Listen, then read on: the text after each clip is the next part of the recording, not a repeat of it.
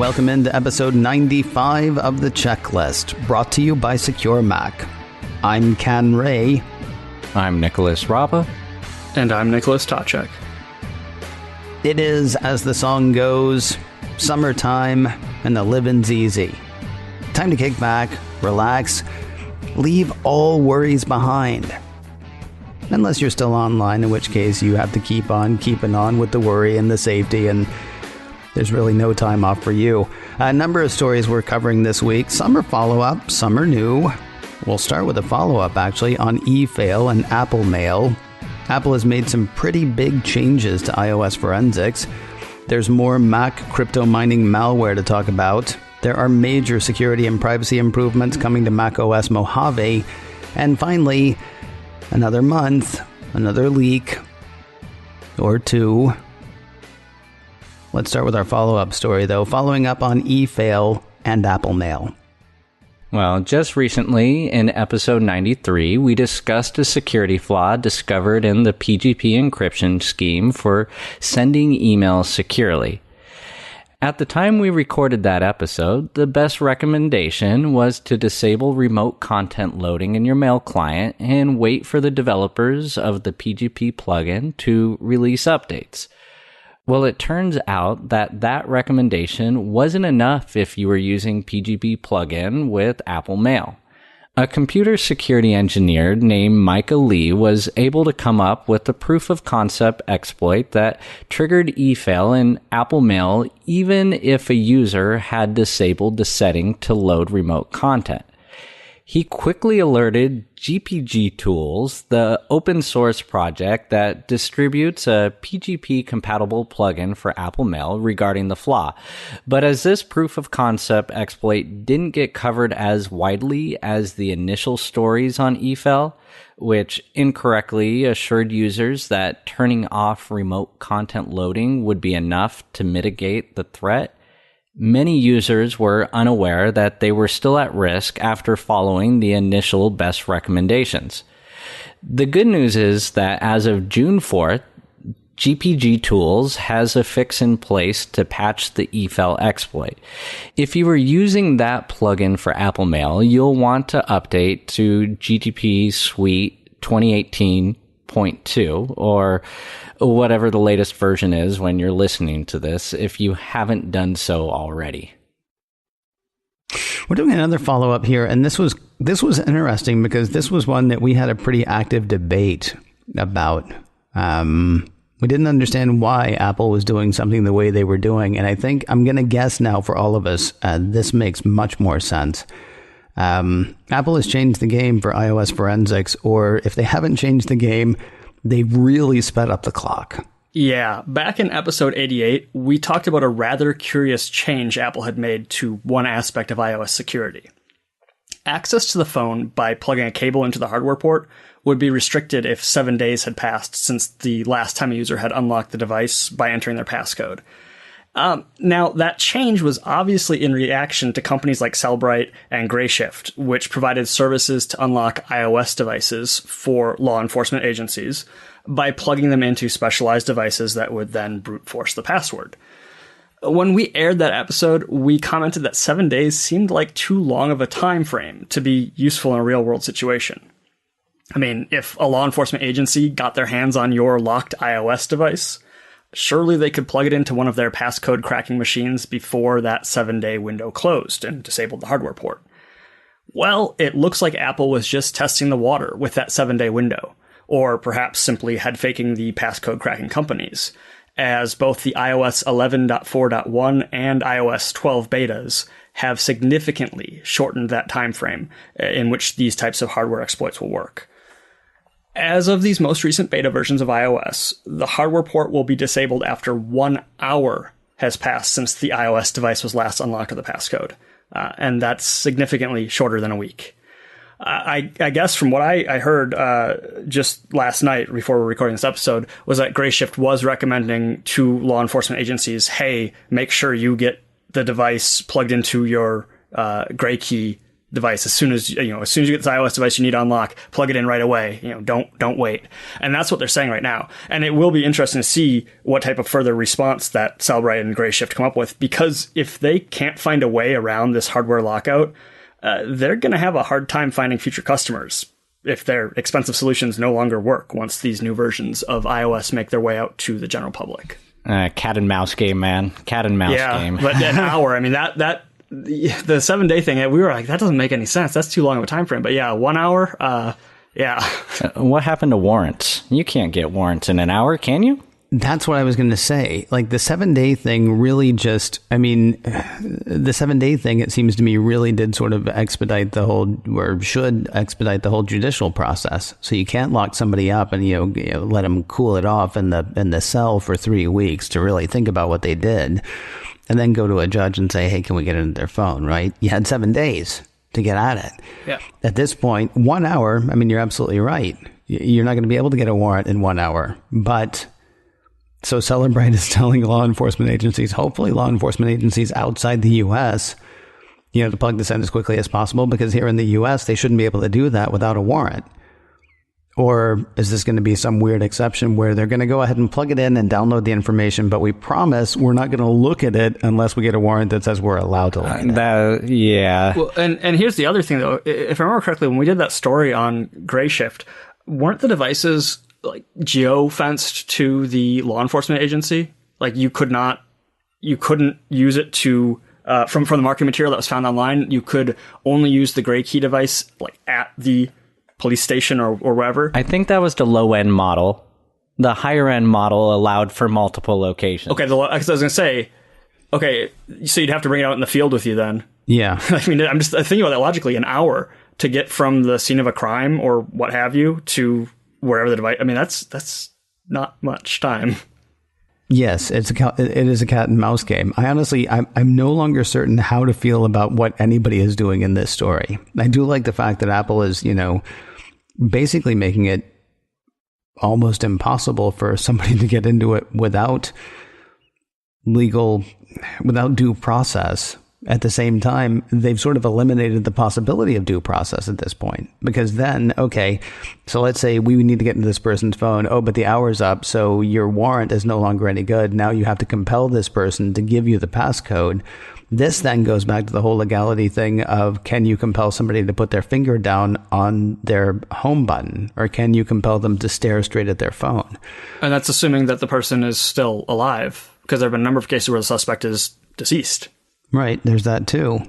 Yeah, because, and it's weird then to think about like the passcodes versus the biometrics, because I want to say it was the Supreme Court that's ruled that you can't compel somebody to give you their passcode because that's compelling them to incriminate themselves, but making them put their finger on something is legal. Which is why Apple added that the lockout capability in iOS 11, where you can hit the button and it turns off biometric access. The SOS mode. Yep. It really is interesting. It also really is like the stuff of movies, it seems, except, it could also be the stuff of your life if you get pulled over. But I doubt this is the last that we're going to hear about this. And it's one of the few stories that I look forward to seeing it come back, because it's always, it's like half Law and Order and half William Gibson novel to me. We'll wait for it to circle back around and see what we see then. In the meantime, we have news of more malware for the Mac, specifically more malware that goes out crypto mining. Well, a few months ago in episode 82, we discussed how a crypto mining app made it past Apple's review process and into the Mac App Store. While the app authors faced some pretty heavy public backlash in that case and were quickly forced to update their app to remove the crypto mining functionality, malware authors aren't at the mercy of angry app customers and have absolutely no problem slowing down your computer if it means that they can mine some cryptocurrency on the sly. This new piece of malware flew under the radar until an infected user decided to ask if anyone knew why his computer was running so slowly. The user posted on Apple's discussion board asking if anyone knew what a process called MS Helper was and why it would be placing such a constant heavy load on his CPU. Well, it turns out the user's computer was indeed infected by a piece of malware, one that was specifically designed to mine the Monero cryptocurrency. This particular piece of malware didn't turn out to be very sophisticated. Instead of a bunch of custom code, it simply installs a copy of XMRig Miner Tool, which is a legitimate cryptocurrency mining program. Now, normally, XMRig is installed by users looking to mine cryptocurrency on their own computers. But in this case, it was repurposed by the malware authors to mine cryptocurrency surreptitiously on infected computers. It's not currently known where the initial infection for this piece of malware is coming from, and it doesn't appear to be very widespread. But once again, it goes to show that malware authors are targeting Macs, and Macs are getting infected with malware. I wonder if that's a function of everybody thinking that their Mac is safe. Yeah, I thought about that as well when we were coming up with a script for this, is that, there were the years and years of Apple's advertising that Macs can't get viruses, and that's only something PCs have to worry about. And then you have, now you'll have people who download mostly from the App Store, and for the most part, that's okay, mostly. But there's got to be at least some sense of invincibility or I can't, I can download whatever I want because it's not going to hurt my computer. Or just maybe not even that attitude, just not thinking about it. And we've seen that as a security company more than once, where you'll have users who are downloading something because a website told them to, or because they wanted to watch a movie, or for some reason, and they're not thinking about the potential consequence. Where, in my experience, at least a good percentage of the Windows users I know will be aware that if they're downloading stuff randomly, there's a fair chance they're going to get themselves infected. It's been a long time since we've actually suggested this, but it's something that we should mention. People should be running a good anti-malware suite or an antivirus suite. I mean, you're not invulnerable. You're not invincible, and having a good suite running, and being sure to run it as well. Either setting it up so that it runs, at a certain time every day or every week or whenever, or just making sure that you're going back and doing that if for some reason you don't want to set up a recurring time. It's funny because you guys are SecureMac, and yet we actually haven't talked about, making sure that you have a good antivirus or a good anti-malware solution going all the time. Yeah, we obviously, as a security company, we have product MacScan. It's our anti-malware program. We do recommend that users run something on their computer, be it MacScan or a different product, but just relying on mostly MacScan. But relying on what comes built into macOS isn't really enough these days. Apple's gotten better than they were in the past about updating their own internal protections, but it's not always up to date, and it doesn't catch everything. So yeah, we'd recommend running something. Even if you're at least, at the very least, scan the stuff you're downloading when you're downloading stuff from random websites. You don't just blindly trust, the site says it's going to give me this great new game or something. If it looks too good to be true, it probably is. So just be careful out there. And the App Store is really cool for keeping a lot of malware out of your computer, but even from the amount of support that we see from folks, it's not stopping them from getting all the browser plugins and everything else associated with, the normal day-to-day what you run into with all the pop-ups and hacked websites and things like that. People are still falling for it. And even if you are sticking just to the Mac App Store, I mean, as we said at the beginning of this topic, it was an app that was not designed to mine cryptocurrency in the first place, but it was unlocked all the features of the app if you let us mine your system for cryptocurrency. It was a fine print in the preferences type thing. It ran afoul of Apple's guidelines, but Apple didn't catch that. It made it out into the store, and it was on people's computers before enough bad press brought Apple into into awareness of it. So we can rely on Apple to an extent about policing the App Store, but they're not perfect either. So even if you're just saying, oh, I'm just going to download stuff from the App Store nowhere else, well, that's also not exactly going to keep you protected.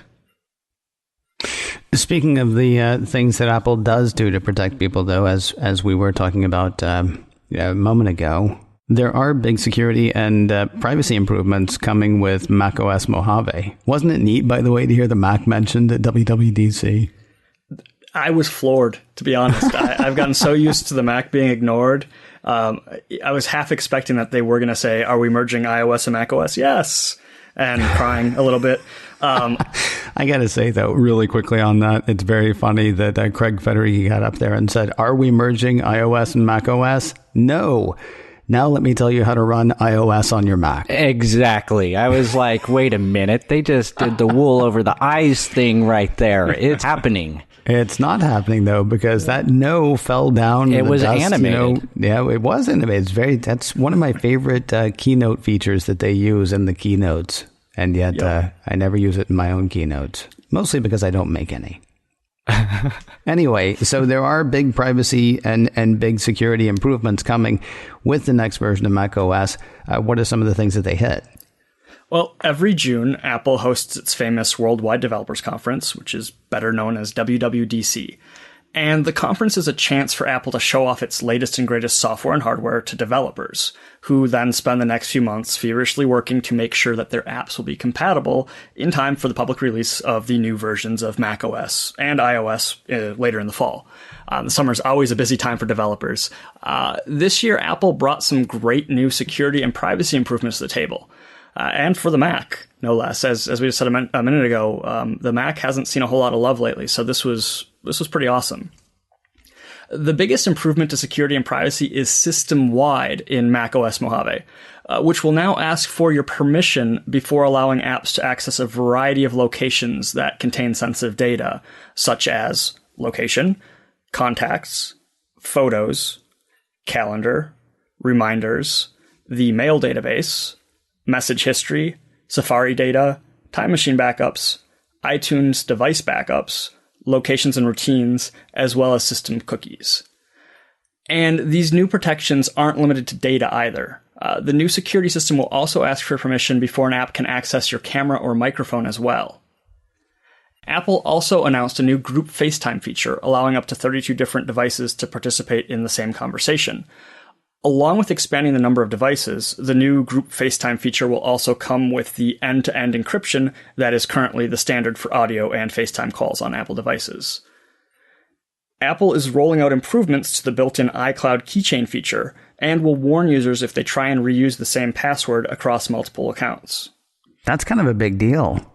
That's one of the things that, you guys always talk about and that I've tried to talk about with family members who I don't think listen to me, but it's fine. There are a number of people. I did it 15 years ago before I, got hip to why I shouldn't. There are a lot of people who do use the same password, over and over again in many different places. And for, you to say it and for me to say it and for everybody else to say you shouldn't do that, there's still people who will. But now you're saying built into at least the Mac operating system, there will be these features that will say, hey, you're using the same password for your bank and for Instagram. Maybe that's not the best idea.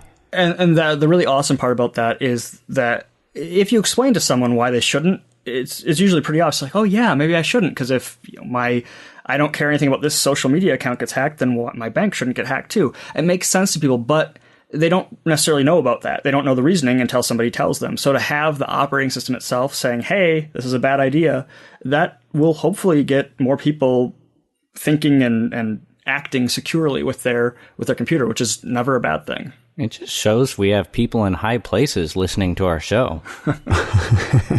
Well, they don't work at Facebook, but otherwise, yes. Now, recent versions of macOS brought privacy improvements to Safari by limiting the amount of time a third-party tracking cookie is able to function normally before it's quarantined. macOS Mojave is bringing even more privacy protections to Safari.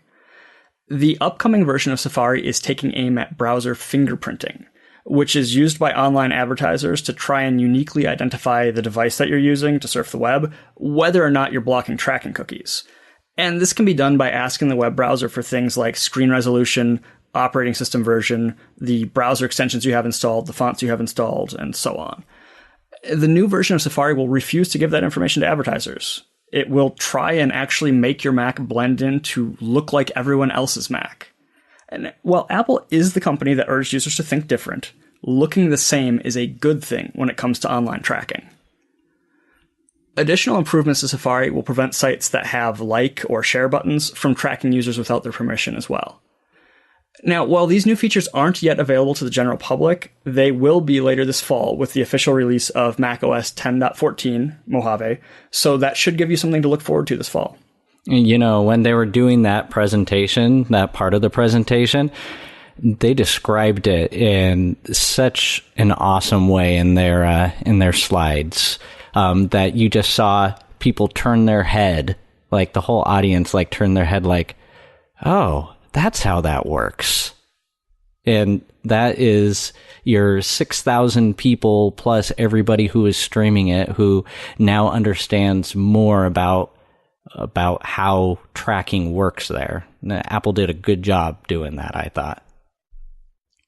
Last thing on the list for today. Well, I mean, we could do this every 5 minutes. It's another month, another leak or two.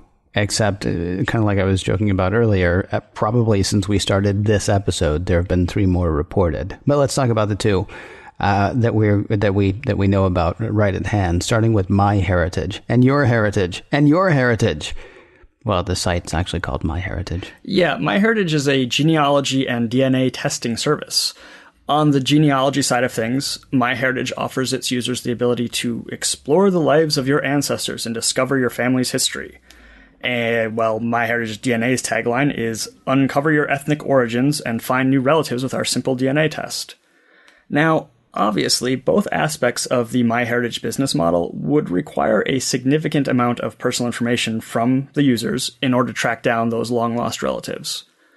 So one would hope that MyHeritage would take extra steps to ensure that all that personal information remains safe, right? One would hope. According to a blog post on the MyHeritage website, on June 4th, the company was notified by a security researcher who had found a file named MyHeritage on a private server that didn't belong to the company.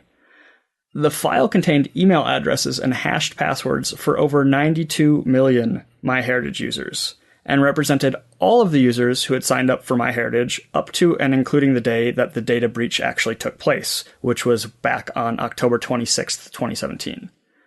Now, the good news is that the passwords were hashed, rather than in plain text, and MyHeritage believes that the breach was limited to email addresses and hashed passwords only, and that no other personal information was compromised. However, at the time of the blog post, the company still wasn't sure how the hackers got into their systems. Even though the passwords were hashed, better safe than sorry. If you have an account on the MyHeritage site, it's still a good idea to change your password, both on MyHeritage as well as any other website or service you might have reused the same password on. So that's leak number 1 out of the way. The other leak has to do with TicketFly. TicketFly, an online ticketing service for indie venues, has had a bit of trouble lately when it comes to computer security. Back on May 31st, they had to take down their website after a hacker defaced it with the message, "Your security down. I'm not sorry. Next time I will publish database." According to the hacker, they had notified TicketFly of a security flaw on their website multiple times, only to be ignored by the company. A week after taking down their website, TicketFly confirmed the worst. Approximately 27 million user accounts were compromised. The attacker made off with information including names, addresses, email addresses, and phone numbers. Some of that information was posted publicly on the defaced TicketFly website for a brief period of time before the company took the website offline. But the company says that no credit card or debit card information had been accessed. And I think as of this recording, which we're 8th of June, as of this recording, I think I heard that TicketFly actually is back up, correct? Yes, I believe they're back up. All right. But still, your information was wherever it was for a while. Can I ask really quickly about the ethics of that whole thing? So this person says that they got in touch with TicketFly. TicketFly didn't do anything about it. So then they pwned them. Is that good in your estimation? No, it's immature in my estimation. What happened was, the person notified them, and I don't know if TicketFly, I doubt they had any sort of, breach, or not breach, but, the bug bounty type thing. I don't think they had anything like that in place. The hacker was asking them at one point for a Bitcoin, which is, I think at the time worth like $7,500, something like that, US dollars, which isn't a whole lot of money. And not that it's necessarily a good idea to give in to the hackers, because they could just turn around and say, okay, I've got that Bitcoin now, and now I'm going to release the info anyway. It was a bad situation. But if they had, if they had acknowledged the person's attempts to contact them in the first place, maybe it wouldn't have been such a public mess. But again, this is the hacker saying they tried to contact them. It's, he said, she said. We don't actually know if the hacker did try and get a hold of the company or not. And how many emails do you receive, or do webmasters receive, saying, I found a flaw in your website, what will you give me for it, type deal? Yeah, that's the reality for a lot of sites. There's so many automated tools that you can use to scan the internet now, that it's almost like these people, these hackers, or not even hackers, just running scripts, or little script kiddies as they're called. They're just running security scans against these various sites. And if they find something, whether or not it's actually a serious security flaw or just like something minor that's not actually going to do anything, they'll try and hit the company up for some money. And that's something that a lot of major companies do have to deal with on a daily basis. So it could also just be the case of the company got the report, but it was lost in the shuffle with however many other reports they get every day, or overlook the seriousness of it, or anything else like that. I mean, but if they included example stuff to like the admin accounts or the CEO's account, I mean, that would be enough for a red flag right there to take it to the top. Assuming that somebody actually saw it or paid attention to it. I mean, you could include that information, but then they would actually have to go back and cross-check it and see, is this actually real? And all of that assumes that, it's not just going into a folder that somebody needs to get to at some point, but they have this other thing they have to do first. Yeah. As is always the case, there's a lot more to each and every one of these stories. And if you would like to know more about any one of them, we do have a place for you to check out. It is our website, SecureMac.com/checklist. You'll find notes there for today's show, as well as any shows that we've done in the past. In fact, all of the shows we've done in the past are right there. And you can listen to them right there, too. SecureMac.com/checklist. If you have a question you'd like to ask, or a topic you'd like to hear us hit, our email address is checklist@securemac.com. That address again is checklist@securemac.com. And if you can't remember that, please do remember this. You're listening to The Checklist, brought to you by SecureMac. And we'll talk to you next week.